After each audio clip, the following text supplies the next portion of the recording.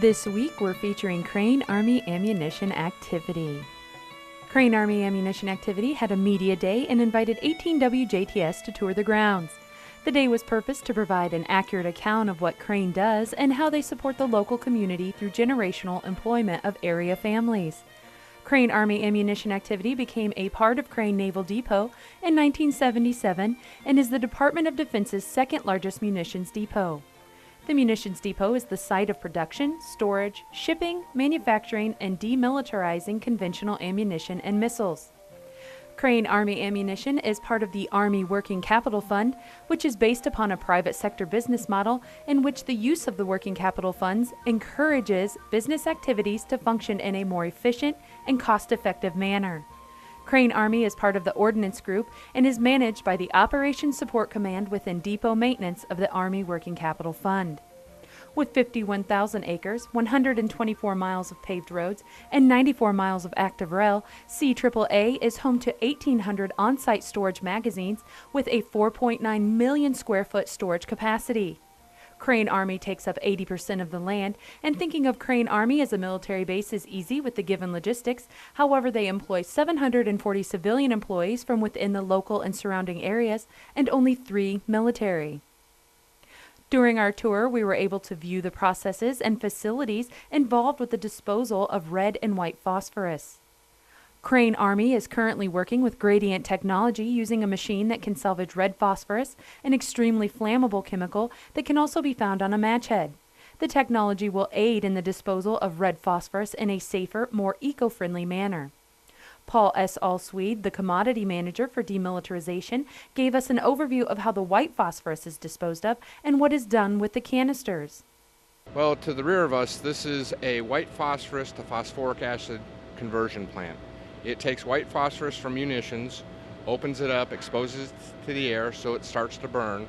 And the way the system is set up, the reverse draws all the outgassing into an acid mix chamber. So the white phosphorus is then converted over to phosphoric acid. And then that phosphoric acid is used in the agricultural industry as fertilizer.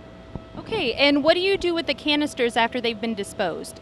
Those canisters that have been disposed, they're taken over to a local recycler, and we get metal money for the recycling of the metal.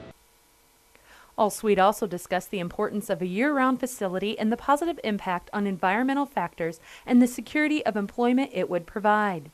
Not quite year-round. It is a 24/7 operation. It runs from approximately April until October. We watch temperatures. When it starts to get too cold, then we'll shut the plant down. But that might change with the red phosphorus. We're proving out the process to run red phosphorus through the same process.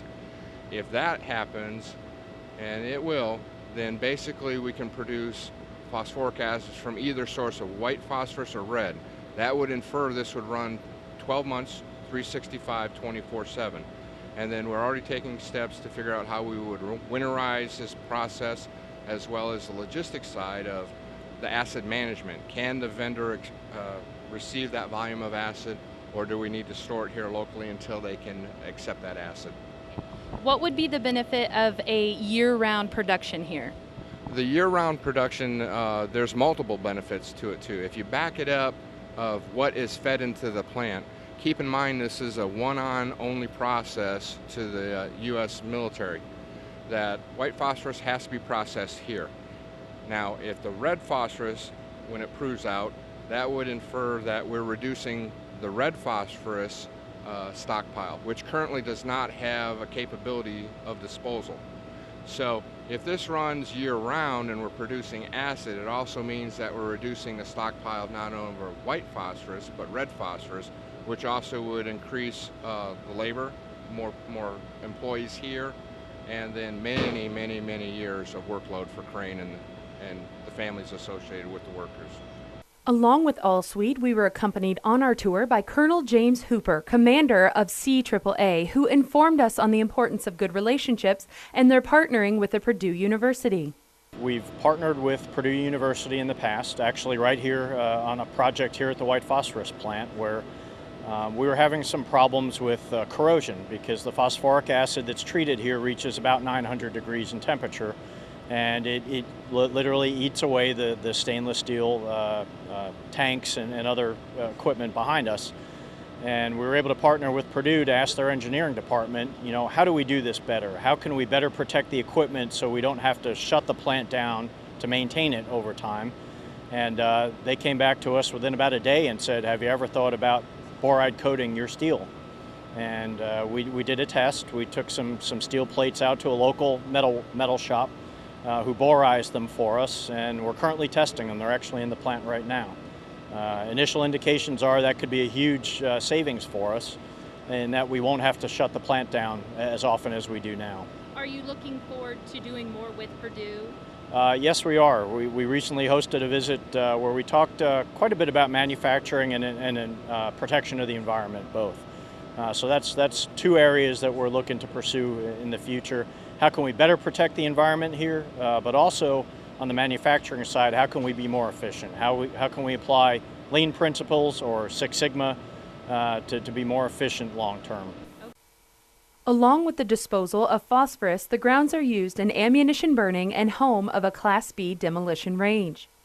Each day, the employees of Crane Army pack anywhere from 400 to 500 pounds of explosive weight into a shot hole.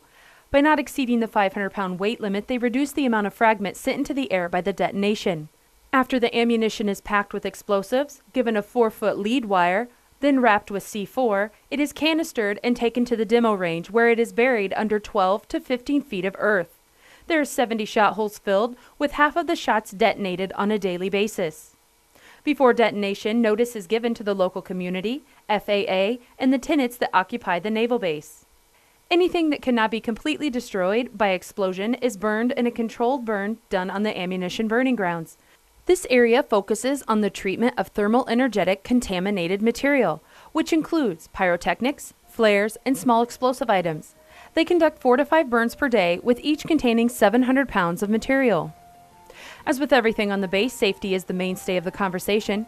Each area we visited throughout the day revisited the subject of the importance of maintaining reports and inspections.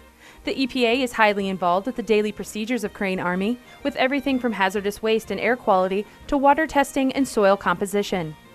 Crane Army Ammunition is a business just like any other, just that their main customer is the government. Their focus lies with the safety of their work staff and families, along with the environment and the good quality standard associated with their name. By providing a stable and strong revenue either through emerging technologies or correct and efficient process control measures, Crane Army has been and will continue to be a foundation block for good economy in southern Indiana. Reporting for 18 WJTS, I'm Joy Holt.